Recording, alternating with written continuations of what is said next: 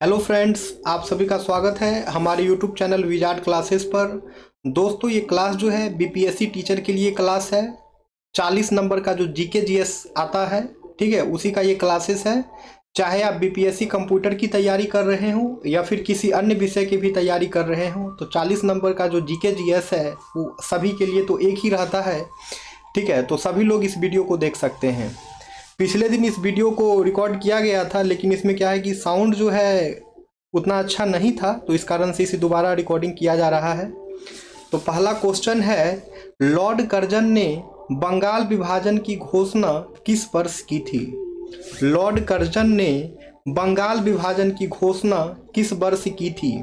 Option A है 1904, option B है 1905, option C है 1902, ऑप्शन डी है 1903। ठीक है, तो इसका करेक्ट आंसर जो है वो हो जाएगा दोस्तों 1905। इसका करेक्ट आंसर जो है दोस्तों वो हो जाएगा 1905। यानी कि लॉर्ड कर्जन ने बंगाल विभाजन की घोषणा वर्ष 1905 में की थी। यानी कि लॉर्ड कर्जन ने बंगाल विभाजन की घोषणा वर्ष 1905 में की थी। आइए इसका डिस्कशन देखा जाए।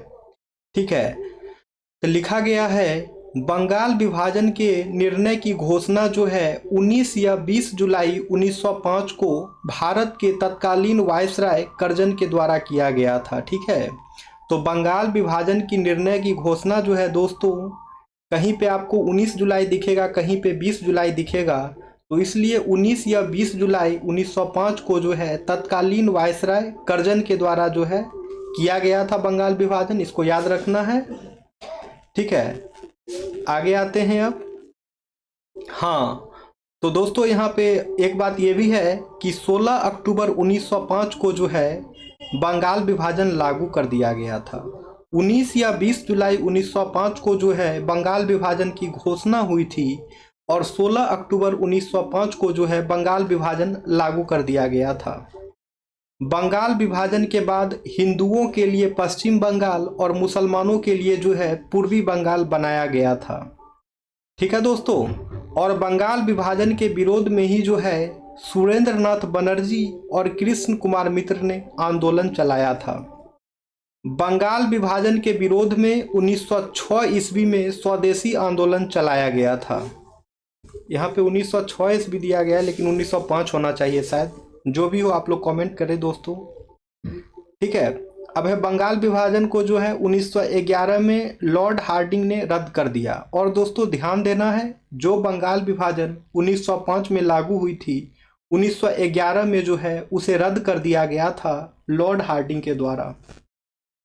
बंगाल विभाजन को रद्द किसने किया? तो बंगाल विभाजन को रद्द जो है लॉर्ड हार्डिंग ने किया था। बंगाल विभाजन के पीछे असल मकसद जो है बंगाल में बढ़ते राष्ट्रवाद को कमजोर करना था। बंगाल विभाजन को रद्द करने की वजह बढ़ता विरोध और दंगे हिंसा थी। नेक्स्ट क्वेश्चन है, निम्नलिखित में से किस दल ने बंगाल के विभाजन के कदम को समर्थन किया? निम्नलिखित में से किस दल ने बंगाल के विभाजन के कदम का जो है समर्थन किया था? ऑप्शन ए है गदर पार्टी, ऑप्शन बी है फॉरवर्ड ब्लॉक, ऑप्शन सी है अखिल भारतीय मुस्लिम लीग, ऑप्शन डी है भारतीय कम्युनिस्ट पार्टी। तो दोस्तों इसका सही आंसर जो है वो हो जाएगा अखिल भारतीय मुस्लिम लीग। इसका सही आंसर जो है वो हो जाएगा अखिल भारतीय मुस्लिम लीग। यानी कि बंगाल विभाजन के कदम का जो है समर्थन किया था वो अखिल भारतीय मुस्लिम लीग ने किया था। बंगाल विभाजन के कदम का समर्थन जो है वो अखिल भारतीय मुस्लिम लीग ने किया था दोस्तों। ठीक है, तो इसका डिस्कशन देखा जाए, अखिल भारतीय मुस्लिम लीग ने बंगाल के विभाजन का समर्थन किया था। ठीक है, ढाका के नवाब सलीम उल्लाह के नेतृत्व में मुस्लिमों ने विभाजन का समर्थन किया था। ढाका के नवाब सलीम उल्लाह के नेतृत्व में मुस्लिमों ने विभाजन का जो है समर्थन किया था। बंगाल विभाजन की घोषणा जो है 19 जुलाई 1905 को भारत के तत्कालीन वायसराय लॉर्ड कर्जन ने की थी। ये बात तो हो ही गया था डिस्कस। ठीक है, तो कहीं पे आपको 19 जुलाई दिखेगा, कहीं पे 20 जुलाई दिखेगा। ओके, तो याद रखना है दोस्तों, बंगाल विभाजन की घोषणा कब की गई थी? तो बंगाल विभाजन की घोषणा जो है 19 या 20 जुलाई 1905 को की गई थी। बंगाल विभाजन के समय बंगाल के तत्कालीन वायसराय कौन थे? ठीक है, भारत के तत्कालीन वायसराय कौन थे बंगाल विभाजन के समय? तो बंगाल विभाजन के समय जो है भारत के तत्कालीन वायसराय लॉर्ड कर्जन थे। अब है बंगाल विभाजन लागू कब किया गया था? तो बंगाल विभाजन लागू जो है 16 अक्टूबर 1905 को किया गया था। बंगाल विभाजन लागू कब किया गया था दोस्तों? तो बंगाल विभाजन जो है 16 अक्टूबर 1905 को जो है लागू किया गया था। और बंगाल विभाजन के विरोध में ही जो है स्वदेशी आंदोलन चलाया गया था। क्वेश्चन पूछेगा, बताइए बंगाल विभाजन के खिलाफ जो है, बंगाल विभाजन के विरोध में जो है कौन सा आंदोलन चलाया गया था? तो बंगाल विभाजन के विरोध में स्वदेशी आंदोलन चलाया गया था। बंगाल विभाजन के विरोध में स्वदेशी आंदोलन चलाया गया था दोस्तों। बंगाल विभाजन के बाद बंगाल को दो हिस्सों में बांटा गया था, पूर्वी बंगाल और असम, और पश्चिम बंगाल, उड़ीसा, बिहार। तो इससे तो उतना नहीं आएगा, लेकिन इससे पूछ देगा क्वेश्चन यहाँ पर से कि बताइए बंगाल विभाजन के विरोध में कौन सा आंदोलन चलाया गया था? तो बंगाल विभाजन के विरोध में स्वदेशी आंदोलन चलाया गया था, इसको याद रखना है। ठीक है, तो ऊपर का देख सकते हैं, बंगाल विभाजन के बाद पूर्वी बंगाल और असम में मुस्लिम बहुल आबादी थी। फिर है बंगाल विभाजन के बाद राजनीतिक विरोध के बाद लॉर्ड हार्डिंग ने 12 दिसंबर 1911 को बंगाल को फिर से संगठित कर दिया। तो यहाँ से एक क्वेश्चन बन सकता है कि बताइए बंगाल विभाजन के बाद जो है बंगाल को संगठित किसने कर दिया था?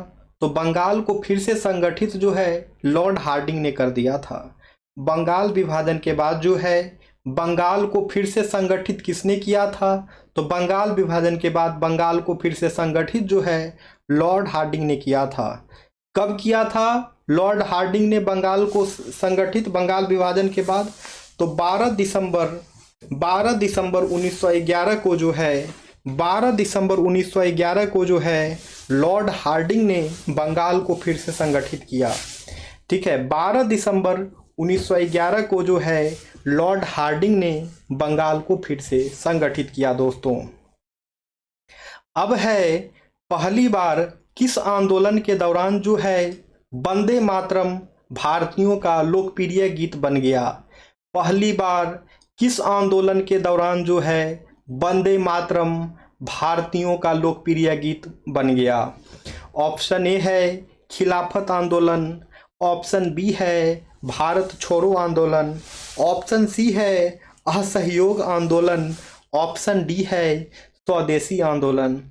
दोस्तों इसका करेक्ट आंसर जो है वो हो जाएगा स्वदेशी आंदोलन। इसका करेक्ट आंसर जो है वो हो जाएगा स्वदेशी आंदोलन। यानी कि स्वदेशी आंदोलन के दौरान ही जो है वंदे मातरम भारतीयों का लोकप्रिय गीत बन गया। स्वदेशी आंदोलन जो है दोस्तों, ठीक है, स्वदेशी आंदोलन के दौरान ही वंदे मातरम भारतीयों का लोकप्रिय गीत बन गया। ठीक है, वंदे मातरम जो है दोस्तों लोकप्रिय गीत कब बना? तो स्वदेशी आंदोलन के दौरान ही जो है वंदे मातरम भारतीयों का लोकप्रिय गीत बन गया। अब आगे आते हैं दोस्तों नेक्स्ट क्वेश्चन पे। नेक्स्ट क्वेश्चन, अच्छा इसका डिस्कशन है, इसका डिस्कशन देखा जाए। वंदे मातरम जो है पहली बार स्वदेशी आंदोलन के दौरान लोगों का लोकप्रिय गीत बना था। यह गीत बंकिम चंद्र चट्टोपाध्याय ने लिखा था। ठीक है, तो अब क्वेश्चन यहाँ पे ये बन रहा है, बताइए वंदे मातरम गीत किसने लिखा था? ठीक है, अब बताइए वंदे मातरम गीत जो है किसने लिखा था? तो वंदे मातरम गीत जो है बंकिम चंद्र चट्टोपाध्याय के द्वारा लिखा गया था। ठीक है, और वंदे मातरम जो है पहली बार स्वदेशी आंदोलन के दौरान ही लोगों का लोकप्रिय गीत बना था। अब आगे आते हैं, यहाँ पे दिया है कि स्वदेशी आंदोलन जो है 1905 में शुरू हुआ था। यह आंदोलन भारत के वायसराय लॉर्ड कर्जन के बंगाल विभाजन के बाद शुरू हुआ था। और स्वदेशी आंदोलन जो है कब शुरू हुआ था, तो स्वदेशी आंदोलन जो है भारत के वायसराय लॉर्ड कर्जन के बंगाल विभाजन के विरोध में शुरू हुआ था। और स्वदेशी आंदोलन में ही जो है विदेशी सामानों का बहिष्कार किया गया था। स्वदेशी आंदोलन में ही जो है विदेशी सामानों का बहिष्कार किया गया था। इस आंदोलन में विदेशी कपड़ों को सार्वजनिक रूप से जलाया गया था। ठीक है, और दोस्तों स्वदेशी आंदोलन के दौरान ही जो है विदेशी कपड़ों को सार्वजनिक रूप से जलाया जाता था। और इस आंदोलन में यानी कि स्वदेशी आंदोलन में विदेशी सामान बेचने वाली दुकानों पर धरना लगाया जाता था। वंदे मातरम के बारे में कुछ और जानकारी है तो देख लिया जाए। इसे 1950 में जो है भारत का राष्ट्रीय गीत घोषित किया गया था। वंदे मातरम को जो है भारत का राष्ट्रीय गीत कब घोषित किया गया था, तो वंदे मातरम को जो है भारत का राष्ट्रीय गीत वर्ष 1950 में घोषित किया गया था। वंदे मातरम को जो है भारत का राष्ट्रीय गीत कब घोषित किया गया था, तो वर्ष 1905 में जो है वंदे मातरम को भारत का राष्ट्रीय गीत घोषित किया गया था। और वंदे मातरम गीत के रचयिता कौन हैं, तो इनके रचयिता जो हैं बंकिम चंद्र चट्टोपाध्याय हैं। ठीक है, और यह गीत जो है देशभक्ति और एकता का संदेश देता है। अब वही बात यहाँ पे लिखा है कि स्वदेशी आंदोलन के दौरान पहली बार वंदे मातरम लोगों का लोकप्रिय गीत बना। स्वदेशी आंदोलन 1905 में भारत के वायसराय लॉर्ड कर्जन द्वारा बंगाल के विभाजन के साथ शुरू हुआ और 1911 तक जारी रहा। यह बंगाल में सबसे प्रखर था और भारत में इसे वंदे मातरम आंदोलन के रूप में भी जाना जाता था। और दोस्तों स्वदेशी आंदोलन को ही जो है वंदे मातरम आंदोलन के रूप में भी जाना जाता था।